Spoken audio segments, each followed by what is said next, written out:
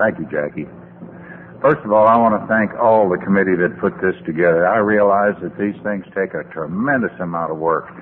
And my personal thanks, and I feel like I share your thanks also with those people. Let's hear it for the committee, huh?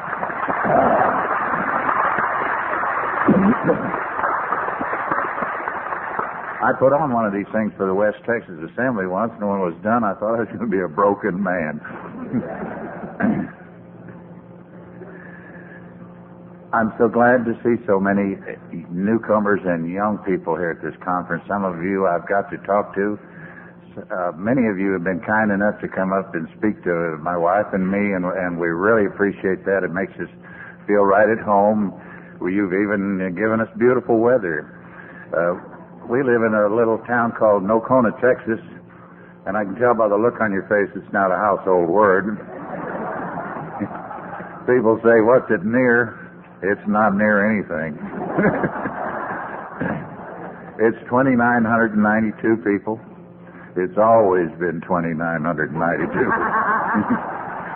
Whenever a new child's born, somebody leaves town.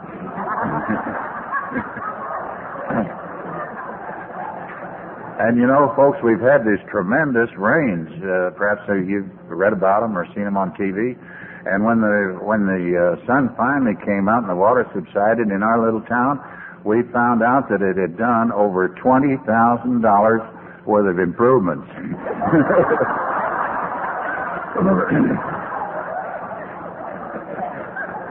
I know we're going to have a good time this afternoon. You know, these are joyous programs. My name is Bob Smith, and I'm an enthusiastic Al-Anon.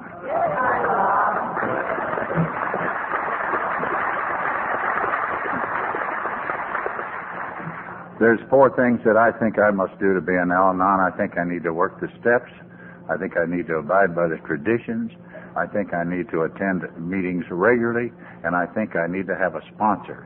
And I do these 4 things. I have a sponsor that's one of those conference-approved Al-Anons. And my sponsor goaded me into service work. I've been the GR and the DR, and I put in 3 years as treasurer of the West Texas Assembly. And a few years ago, I got a letter from the home office of Al-Anon in New York City asking me if I would submit my name to be a candidate for trustee at large at Al-Anon. And I prayed about that, and I seemed to have all the educational requirements that they were seeking. So I sent in my letter and said I'd be glad to be considered as a trustee. And guess what, folks? I didn't get it.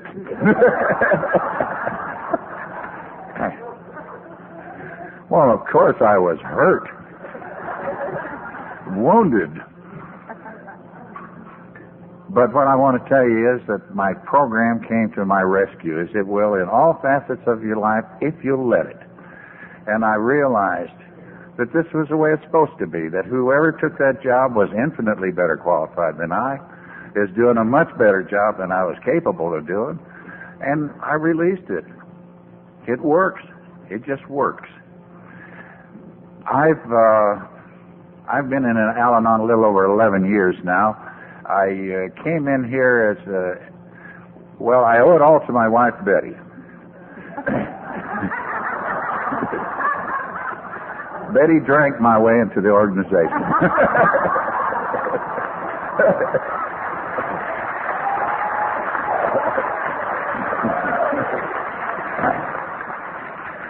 And really, folks, I'm truly grateful for that, because it is showing me a way of living that I just wasn't smart enough to figure out myself.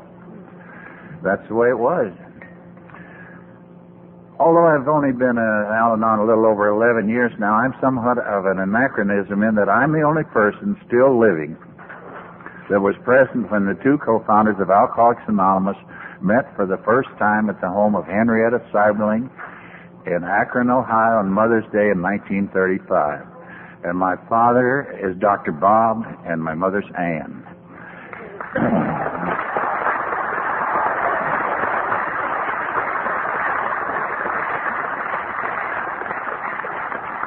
And I rode out with my father and mother on that day. You see, my father had come home on the Saturday before Mother's Day with a potted plant. set it down. He was potted.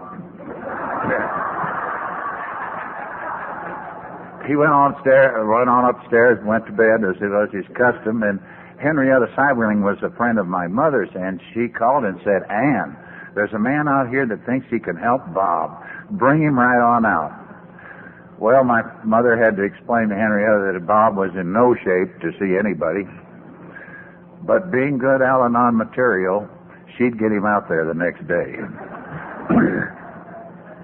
Well, he had a terrible hangover.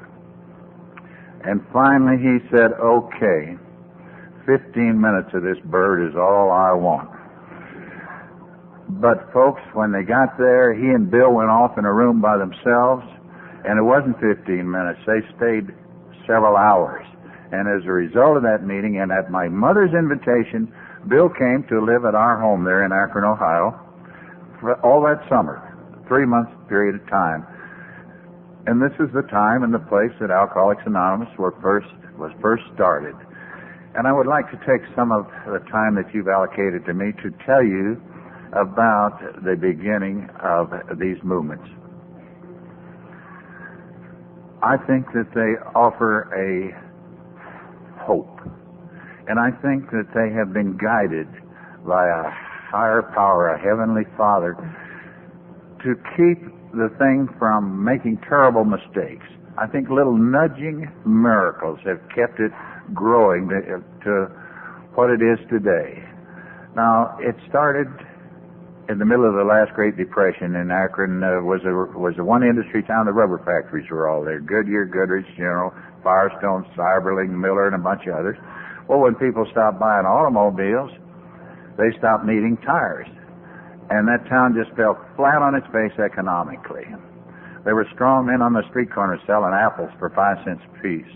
There was repoed cars, just tier after tier, stored in the downtown garages. That's how tough the times were there. But maybe God provided that providentially because people had a lot of time on their hands, and they could be with each other. And I think that was so essential when this little movement was first starting. We lived in a very modest frame home there in Akron and would have lost that if it hadn't been for the mortgage moratorium declared by President Roosevelt in 1933, whereby people like us who could no longer make the mortgage payments were allowed to stay in the home and not be thrown out in the street. That's how tough it was, because alcoholism and the times had reduced us to a state of absolute poverty. There was times when there was nothing to eat in that house except bread and milk, sometimes nothing but potato soup. We didn't starve, but it was a near thing. So it was a really unlikely start. Well, Bill moved in, and I'd like to describe my father to you. I think you'd have loved the man. He was a tall, thin Vermonter. He had icy blue eyes. He was a graduate of Dartmouth, one of the Ivy League colleges in the East, and the Drinkers Ivy League College. And he had worked in industry a couple of years and then had come back to St. Johnsbury, Vermont, his home, and prevailed upon his father, who was a probate judge up there, to allow him to go to medical school. And he came out to Chicago and barely managed to graduate from medical school because his alcoholism, like alcoholism is progressive. And somehow managed to obtain a coveted internship there at City Hospital in Akron. It was coveted because they had some new equipment there. Moved out to Akron and married my mother after a whirlwind courtship of only 17 years. Dr. Bob thought things over very carefully.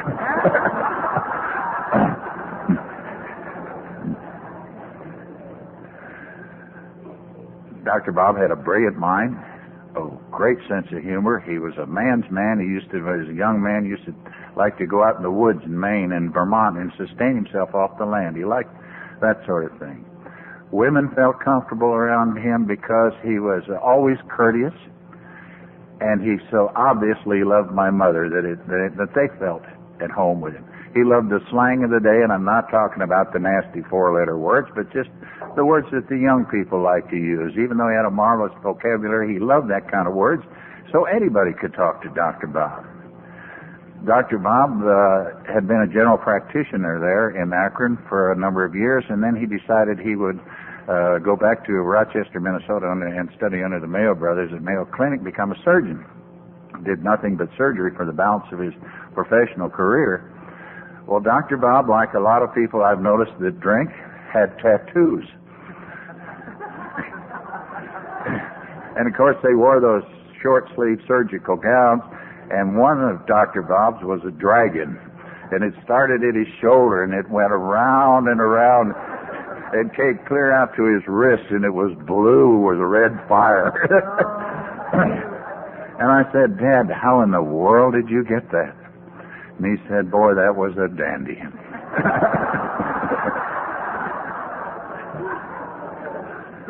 He had a beautiful sense of humor. When I brought Betty home to be my prospective bride back in the 40s, he looked her over, and as you see, Betty's tall and thin. He got me aside and said, she's built for speed and light housekeeping.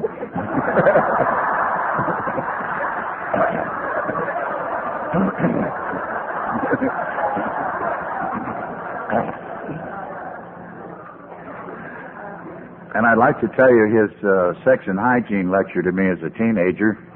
He got me up in the bathroom one day up on the second floor and closed the door, and I thought, hot dog, I'm going to find out all about it now. We sat down, and he said to me, flies spread disease. Keep yours buttoned.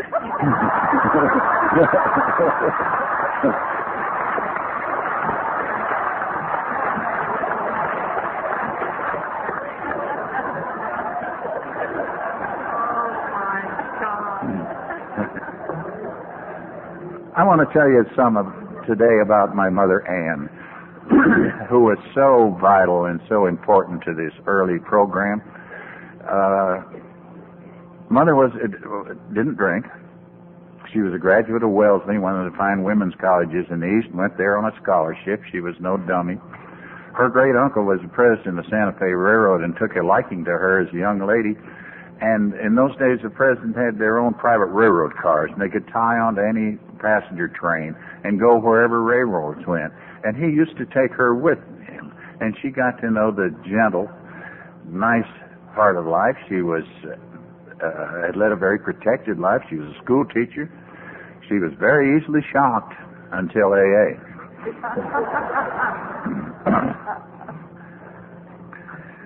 Bill said himself, Ann Smith is the mother of AA, and I truly believe that, because there was times when they were so discouraged that perhaps they might not have gone on, and perhaps none of us would be here. But she never lost faith that somehow this thing would work, that her husband would stay sober. Well, when Bill moved in, Bill was also a tall, thin Vermonter. And you'd have liked Bill, too, those of you who didn't get to know him. But he was the exact opposite of Dr. Bob. Bill was garrulous. Bill loved to talk. Bill was a promoter. Bill was a visionary. Bill Wilson could see further up the road than any human I've ever known. Bill's mood swung. He was either high as a Georgia pine or low as a snake. Yeah, he never seemed to level out. My father was the level one, and they fit together perfectly. And I think maybe God arranged that too, because folks, if any two of us are exactly alike, one of us is unnecessary.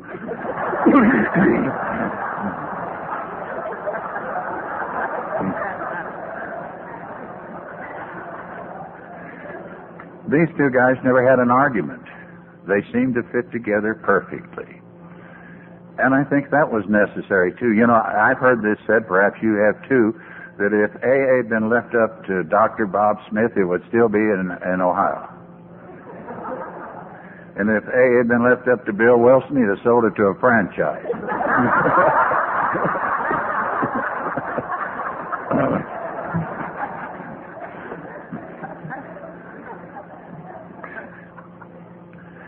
Folks, we owe a tremendous debt to an organization called the Oxford Group. Bill had belonged to it for 6 months in New York, and my father and mother for 2.5 years there in Akron.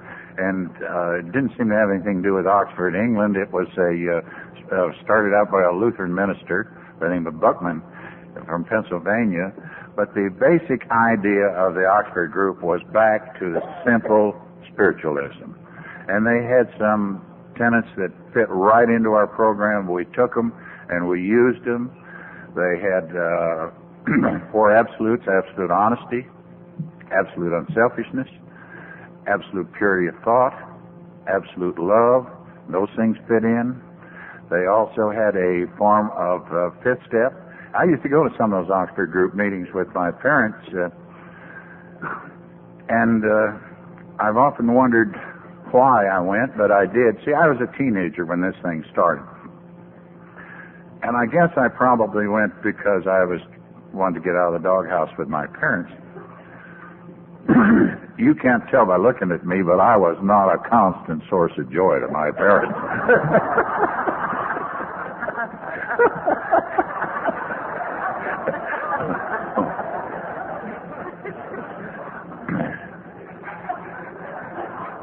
But they had a form of fifth step also, and they used to take a new fellow upstairs in one of the bedrooms and bore in on him, 4 or 5 of them, till he fessed up what his problem was, you know. And they must have worked him over pretty good. I can still remember the guy coming down. He's pretty white-faced and shaking, but you see, that was a form of open confession. And, of course, that would not be satisfactory with people of the Catholic faith. And there are some Catholics who drink. I don't know whether you know that or not. Also, the Oxford group catered to the upper middle class, and believe you me, folks, the early drunks were not upper middle class. The Oxford group wanted publicity, and the alcoholics had already had all the publicity they wanted. So those things led to the fact that finally the alcoholics outnumbered the Oxford groupers, and they had to separate. They had to break away. But we owe those people a tremendous debt of gratitude. And it was a difficult separation to make, but one that had to be done. Bill and Dr. Bob only had 2 things going for them that I know of. They had an open spiritual mind, and they had the desire for service. So the first thing they set out to find is another alcoholic. And they found a young guy by the name of Eddie R., who had just been thrown out in the street for non-payment of rent, along with his cute little blonde wife and 2 kids. So they decided that to move the whole shebang into our home, locked Eddie upstairs in the bedroom where he'd be available as they got this knowledge.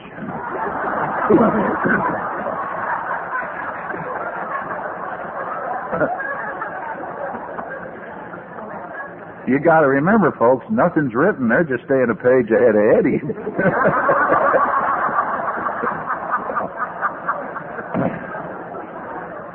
But Eddie was an agile guy, and we had downspouts, and Eddie would open the second-story window, slide down the downspouts, and escape. And they'd have to postpone Eddie's treatment to recapture him. One time, Eddie got as far as Cleveland, Ohio, 35 miles away, called him up on the phone, collect, to let them know that he was going to commit suicide. But would give him time to drive up and witness the event.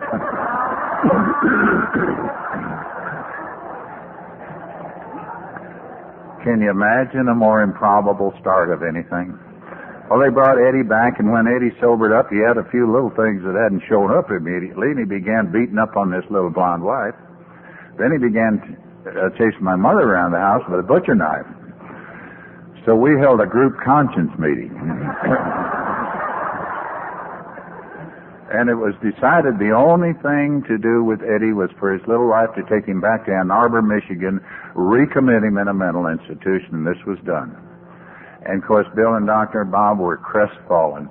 Here's their first attempt to sober up another alcoholic together. Total failure. But I want to tell you folks something. At my father's funeral in 1950, 15 years later, a man walked up to me and he said, "Do you know me?" And I said, "Yeah, I know you. You're Eddie." And he said, "That's right." And he said, "I'm a member of the Youngstown, Ohio AA group, and I've been sober 1 year."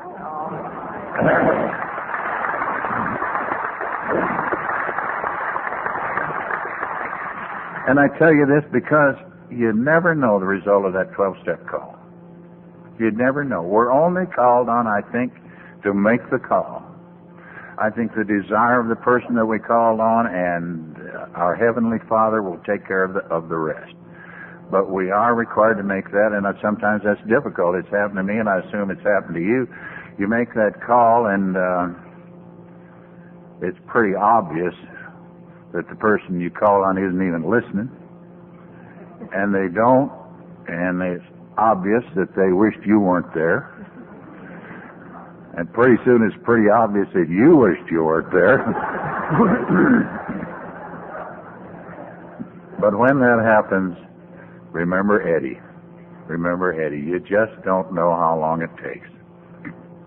Maybe something you said will be retained by that person. You know, everybody was terribly broke, and hospital beds were very expensive then. A double room was $16 a day. I think they're up some now. But it didn't make any difference. Nobody had the $16. So what they decided to do was treat them in our home. Now, Dr. Bob's the only medical man associated with this fledgling movement at the time, so he'd take the fellow upstairs in one of the bedrooms, either my sister's or mine, and say, now, okay, now I'm going to give you a shot of whiskey, but I want you to take this little bit of medicine first. And it was formaldehyde. Yeah, some of you smelt formaldehyde. I can see a man nodding his head. Terribly pungent sedative. And so when Susie and I opened the door coming home from school, if we felt formaldehyde, we knew we'd lost our bed. But he knocked him out from 24 to 36 hours, gave him a tremendous jolt. And then when they came to, why, then he and Bill took him downstairs and they started on the diet, you know, to get the nerves settled and the strength back and the mind cleared up. And this is the diet: canned tomatoes, yes, sauerkraut. Yeah, Bill had an ulcer and he thought sauerkraut cured everything. And K-Roll syrup. I think you'll all have to agree the early alcoholics were a hardy group.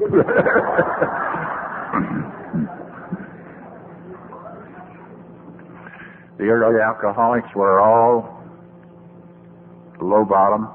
They were all men. Oh, just, well, kind of like this group I see right here in front of me.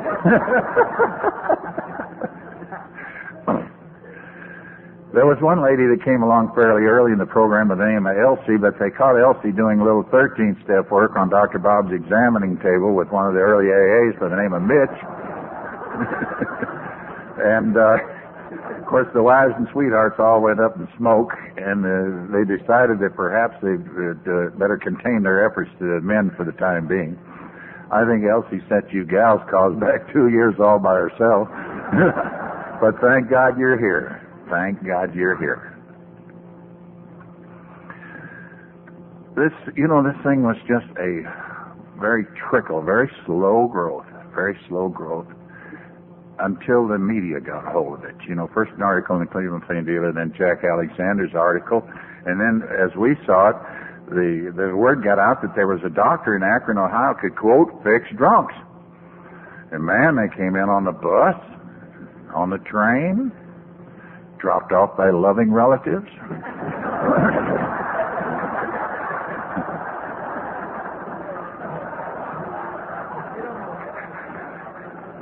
Dropped off by relatives who weren't so loving.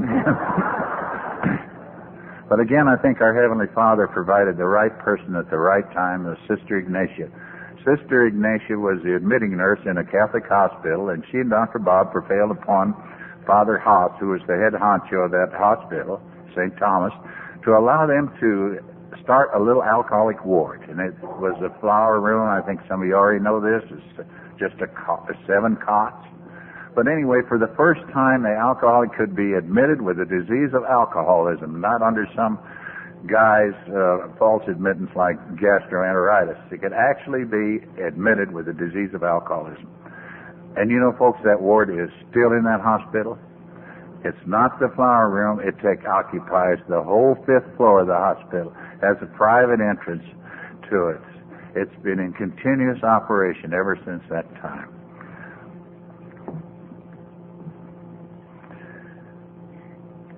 My mother, I like to talk to this lady about this lady to you. You know, she was the one when they were taking these guys in.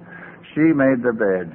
She cooked the food. She cleaned up the messes. She answered the telephone, and she endured the snubs, because these programs were not an instant success. It was thought of as a cult, a bunch of nuts, a bunch of overzealous zealots, and we were taking these people into our home, and we weren't very popular. You know, if you think that won't happen, just start a halfway house in your home, see how the neighbors react. The Presbyterian minister that we belonged to his church came down and personally kicked us out of the church. I never heard of anyone getting kicked out of the Presbyterian church, but we were. So you see, it wasn't an instant success, but she endured all that, and I have a letter here. She was the one that seemed to realize that it was a family disease right from the word go. And I want to excerpt this letter for you people. This was a letter written to Bill Wilson by Henrietta Dodson. Now, don't confuse her with Henrietta Shivling. Henrietta Dodson is the wife of the man that's considered to be the first successful AA, the Southern attorney in the stories. And I'll read this to you. On Friday, June 28, 1935, I met Ann Smith. I met Dr. Bob on Thursday morning in the hospital. On Thursday evening, when I went to the hospital to see my husband, Dr. Bob was there, and he said, "The little woman would like you to come over to the house." I told him I could not go that night, but would go the next night. On Friday night, when I went to the house on Ardmore Avenue, I met the most thoughtful, understanding person I've ever known. After talking with her for a while, I addressed her as Mrs. Smith, and she said, "And to you, my dear." She wanted to remove all the barriers. I skip a little bit. Bill Wilson was there at this time. And I skip a little more and said, "Ann told me to surrender myself to God and ask him if he had a plan for me, to reveal it to me. Ann taught me to have a quiet time in the morning that I might feel near to God and receive strength for the day. She taught me to surrender my husband to God, not to try and tell him how to stay sober, as I'd tried that and failed. Ann taught me to love everyone. She said, ask yourself what is wrong with me today if I don't love you. She said, the love of God is trying her. It must flow from God, through me, through you, and back to God. She taught me that I should never criticize the remarks of the person leading the meeting, as we do not know God's plan. Maybe what that person says will meet the need of someone in the group. In the early part of 1936, Ann organized a women's group for wives of alcoholics, whereby in her loving way she tried to teach us patience, love, and unselfishness. Ann made it very plain to me from the beginning that she wanted no credit for herself. It was God. All she wanted was to keep herself so that she could know and follow God's plan. When I met and talked with this intelligent, deeply spiritual woman, I was completely sold on AA, Henrietta Dodson.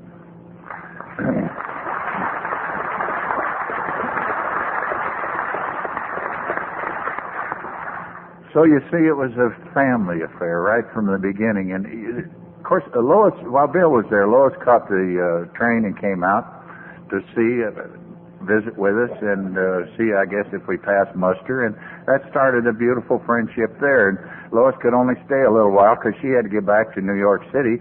Lois, you got to remember, was the only one that had a job. But when Lois decided to formalize our Al-Anon program, our beloved Lois, in 51, just prior to that, she sent out letters to all the AA groups around the country, asking if there'd be any interest in this. And you know what she found out? She found out that 67 groups around the country had already figured it out for themselves, that it was a family disease. And they had their own little thing going. And 40 of those groups immediately came into Al-Anon. So there were a lot of thinking people around the country who realized that it not only affected the alcoholic, but it affected those who love the alcoholic and are around them. Betty and I attended the First International in 1950. My father was terminally ill. He was a dying man. And I want to tell you about this guy. You see, he only stayed alive and sober 15 years. He was older than Bill. And the last 5 years he was terminally ill. He was dying and he knew it. But in the length of time that he was able to and was active, this man treated AA and medically over 5,000 alcoholics without charge. And I think that, I like to think of Dr. Bob as being Mr. 12-Step. And I've run it.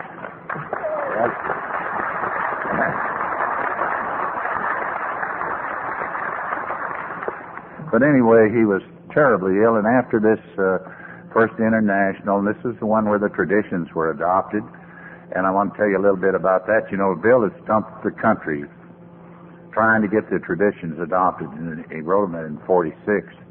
But groups were then, like they are now, they said, Bill, you go back and run that in New York. We'll do this like we want to. You know, they haven't changed. So it wasn't until he and Dr. Bob presented it to this First International that they adopted the 12 traditions, and thank God for that. The longer I'm in this organization, the more I realize the importance of those traditions. They're the glue that holds us together. They're the things that keep us from making mistakes that could have just blown it wide open. Betty and I took my father, drove him back to Vermont for the last time, and we shared some beautiful, poignant memories with that man, sitting on the edge of the bed at night and riding along in the automobile, things that we just wouldn't take for.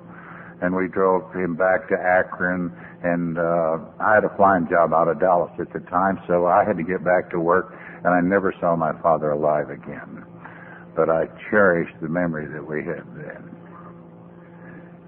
Betty and I attended the second one in 1955 in St. Louis. Bill invited us down there, and we got to hear these spiritual people who had been so helpful to our programs, you know, that weren't necessarily involved in alcohol, like Dr. Sam Shoemaker and Father Ed Dowling. And they recorded everything these two men said. And it's in the chapter Religion Looks at AA in the book AA Comes of Age. If any of you are interested, it's beautiful, beautiful stuff. Betty and I did not attend another one until New Orleans in 1980, and I met some of you people that are here today at that convention. You see, we were out working on our case history.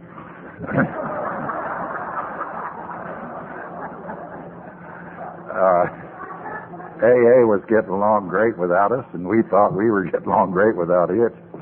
Occasionally someone would find out that Dr. Bob had a son, and I wasn't really advertising it because we like to party and drink, you know, and do the things that young people, a lot of us did. And so we'd go to a meeting and we'd enjoy it, and we'd get home and we'd say, good for them. They needed that. Now, Betty put her father in a drying out place in Denver in 1944, and he and a fellow from California here, Bob D., who's still alive, started Alcoholics Anonymous in New Mexico in the 40s, in the early 40s. So, you know, if there was ever two people that knew about alcoholism, foreknowledge availed us absolutely nothing. Absolutely nothing. It's a shame to admit we were that stupid, but we got to do it. It's an honest program. It availed us absolutely nothing. I want to answer a question that I asked pretty often. What's it like being raised in an alcoholic home? The first 17 years of my life, I was raised in an alcoholic home. How many of you were with me? Would you raise your hand? Woo! There's a bunch of us. Well, you know, we learned to handle it in our own way. I was a runner. All you had to do was come by and honk the horn, and I left. And I didn't come back until I thought I could just barely get in without being in serious trouble. That was my way of handling it. I resented the poverty. I used to think when I was a kid in high school, if I could just have a quarter to have a milkshake with the other kids, wouldn't it be great? But that's how close we were. It just couldn't be done. And I resented that. But it isn't until I got into the Al-Anon program that I realized that many of us reach adulthood with some unresolved scars and some unresolved pain. Sure we do. But our program teaches us that's a plus because we know that we've had some problems and we know that the solution's there. Now, I beg of you, don't get bogged down in the problems. Don't become part of the problems. We know what the solutions are, and I want to say this to you personally. I do not intend to remain forever frozen in the role of an injured adolescent.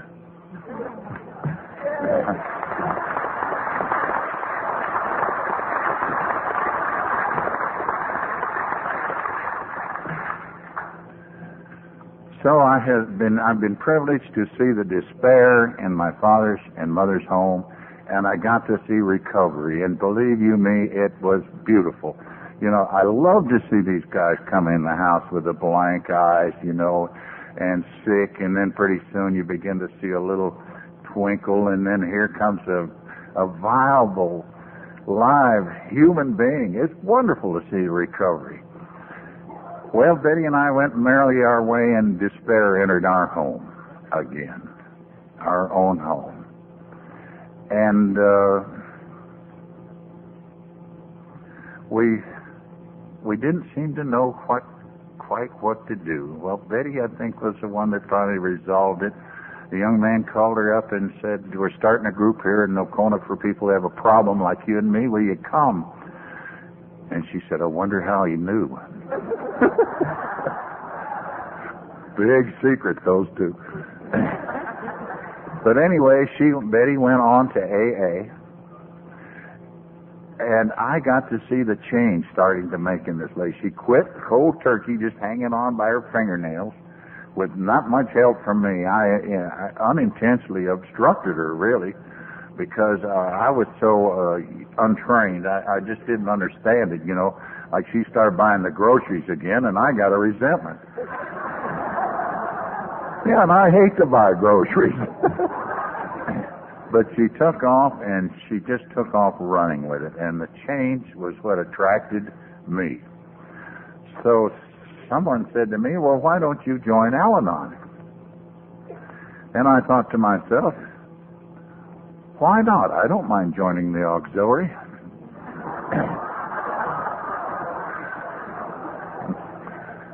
So I got in my car and I drove over to Gainesville, Texas, 40 miles away, and I showed up at my first Al-Anon meeting. And I walk in there, noble. The rock that had been holding the family together. Bloody but unbowed.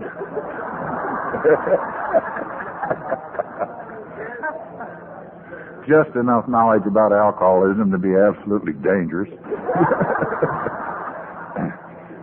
And I look around and I'm the only man. Well, I began getting mixed emotions about Al-Anon immediately. And I think I can describe mixed emotions in a term that you'll readily understand. It's like that feeling you get when your teenage daughter comes in at 4 a.m. with a Gideon Bible under her arm.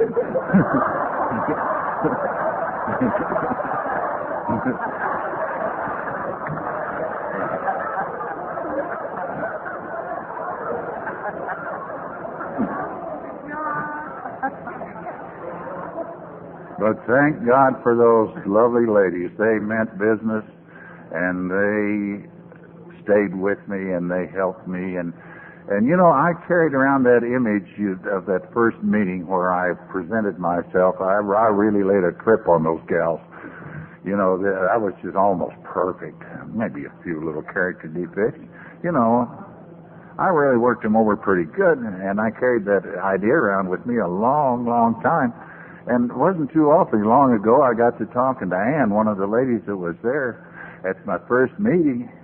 And I told her how I felt about it, and she said, "Yeah, and I want to tell you something. After you left, we had a little meeting ourselves, and we said, boy, there's a sickie. He ain't going to make it.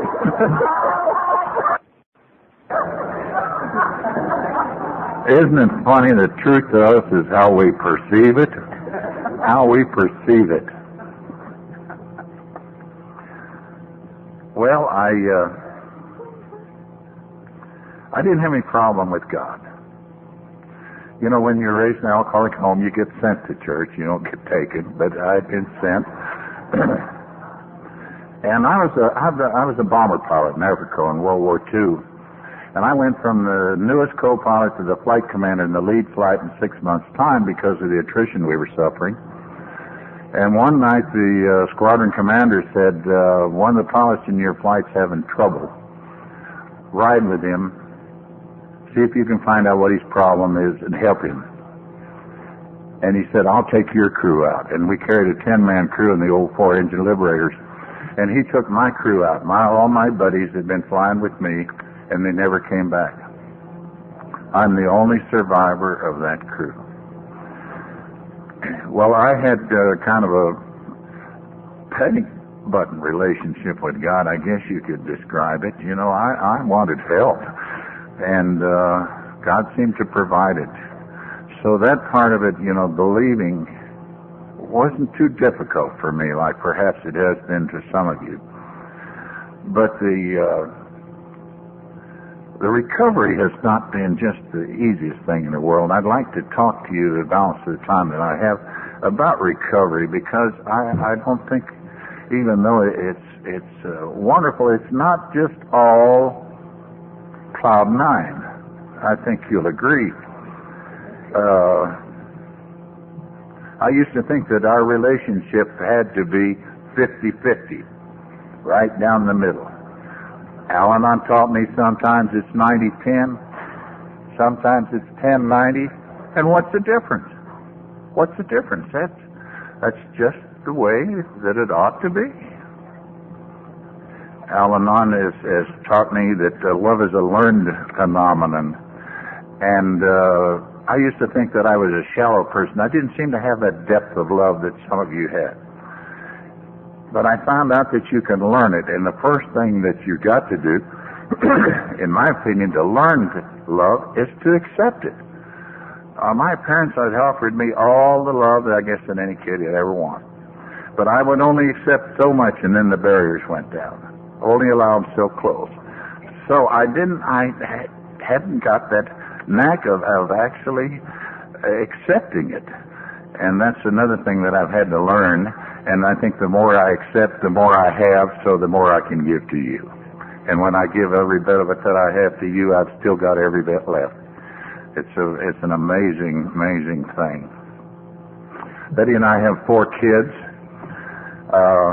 and I'd like to pass this on to you. We had a pact. Whoever left first got the kids.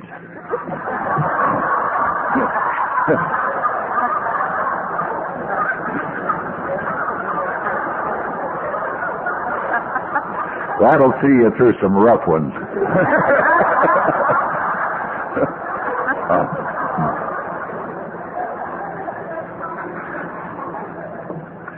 You know, my father had taken my sister and I around to all the churches there in Akron, the different Protestant denominations, the Catholic Mass, the Jewish synagogue, even took us by to hear the Bible as interpreted by Mary Baker Eddy, you know, the Christian Scientists that don't believe in doctors.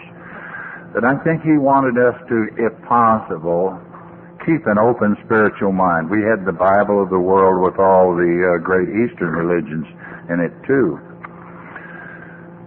So he wanted us to keep our mind open.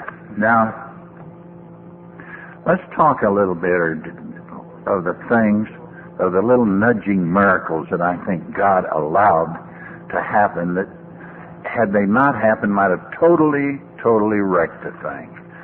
And anonymity. What a beautiful thing that is. You know, in the early days, there were people with huge egos. Now, I know we don't have any of that anymore. But you can't be Mr. AA or Mrs. Al-Anon if nobody knows what your name is, right? And another thing it's done, it doesn't make any difference if you've been here 45 years or 45 minutes.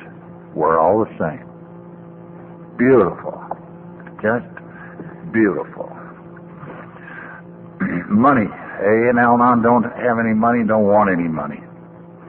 Money, you know, Bill and Dr. Bob were human beings, and they thought, gee, what we need is some dough to really get this thing rolling. So they had picked out a big old graystone mansion there in Akron, and they were going to set up a treatment center. And Dr. Bob could see himself in his white coat greeting the patients at the door.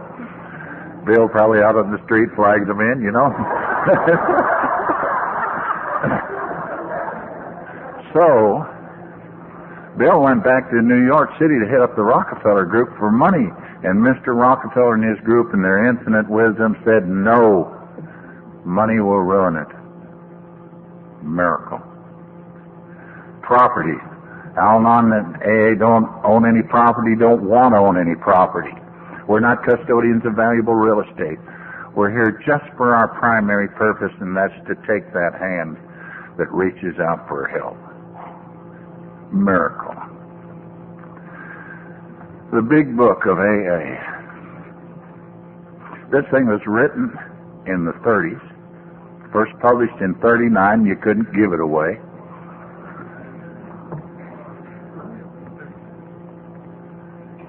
There's only been one word changed in the first 164 pages in that length of time, from the original one to the one that we buy today. And that's the word spiritual awakening instead of spiritual experience. And they changed that because Bill was the only one that had experience right after that. But think of that book.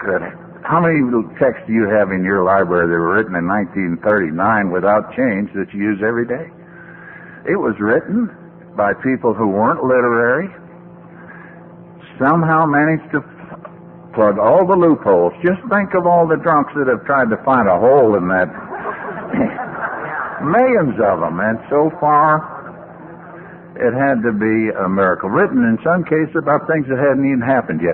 And you know that book is one of the 5 big bestsellers of all time now? Yeah.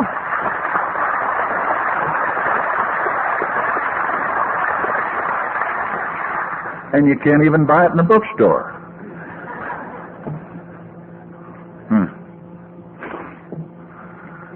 God as we understood him. That was put in the 12 steps to quiet a loudmouth agnostic by the name of Jimmy B. from California. Jimmy said this God stuff will ruin it. It'll run them out faster than we can run them in. So to quiet Jimmy down, they put God as we understood him. And you know what that's done, folks?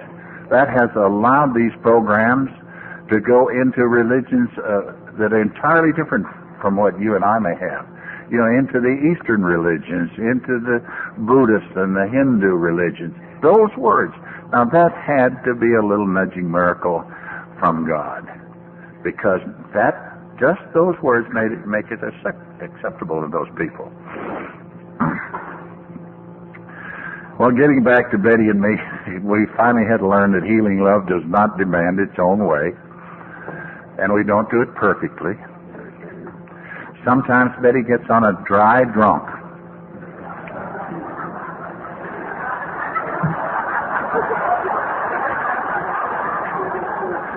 Sometimes Bob gets on a dry.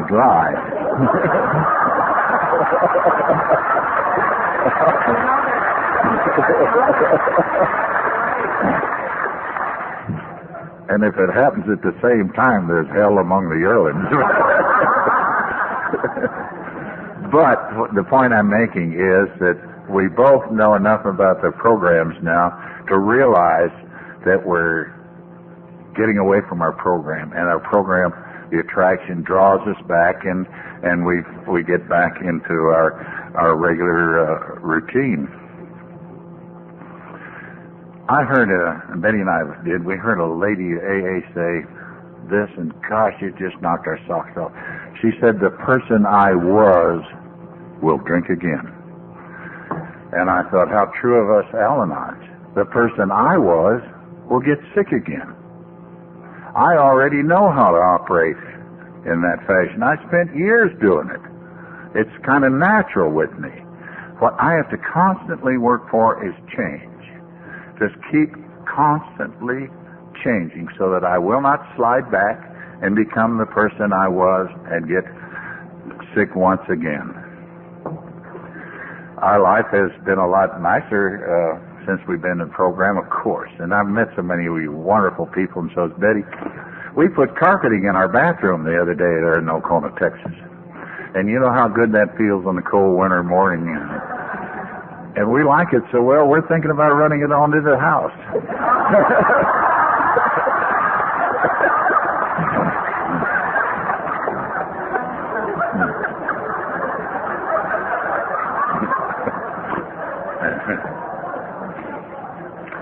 And you know, I want to tell you this. I've noticed this, that AAs who have a good length of sobriety begin to show a little interest in our Al-Anon program. They quit making fun of us, and they begin to show a little interest. Yeah.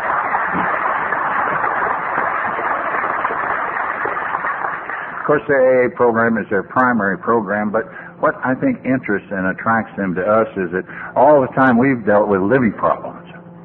Now they seem to have the alcoholism, you know, whether it's manageable, but they still got the living problems. So they begin to show a little interest in our program. And I don't know if I speak for all of you Al-Anons, but this is sure true of me. I would like you to think that our programs are equal. Not the same, but equal. I don't like the idea that I ought to have to walk 2 steps behind you AAs.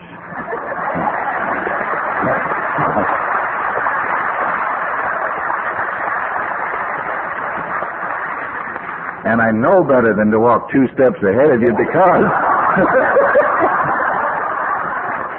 I'm liable to turn around, you'll be gone.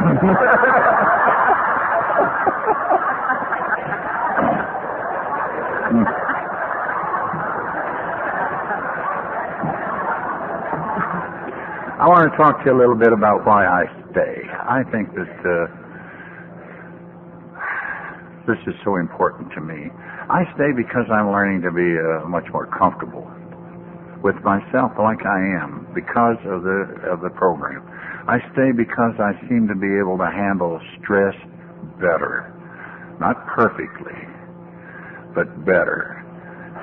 I stay because I am gaining in self-knowledge about myself and perhaps why I do such things and what to do and so forth.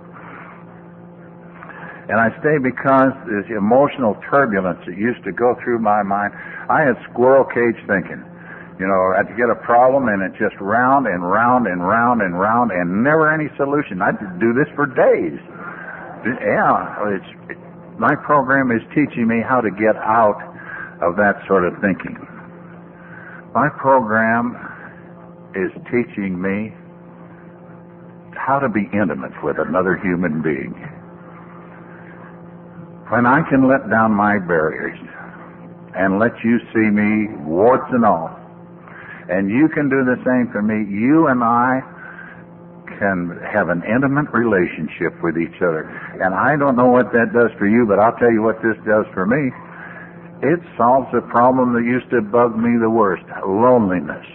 When I can be intimate with you people, I'm no longer lonely. Now, I differentiate between alone and lonely. I'm no longer lonely, and I think that's one of the things that bothers most people throughout life. But this program will teach me how to allow myself to be intimate with you and you with me. Well, I've enjoyed talking with you. Just love talking with you people, and I could go on a lot longer than you could stand, but you know, I think the only way to stay awake after lunch like this is to be the speaker.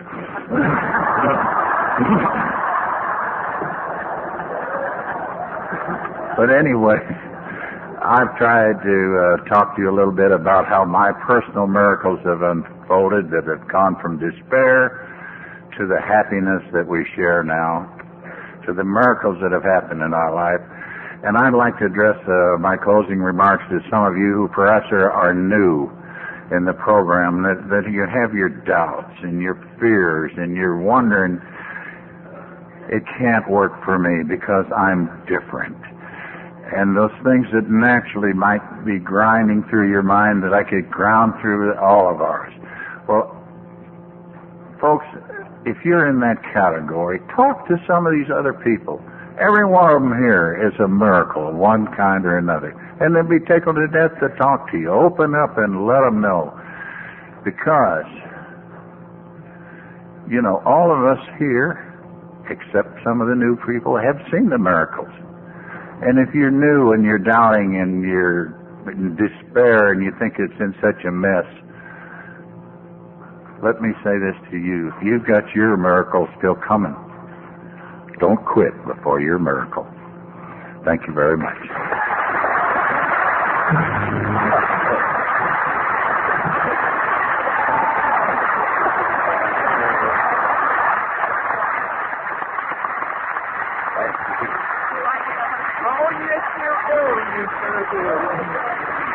Thank you.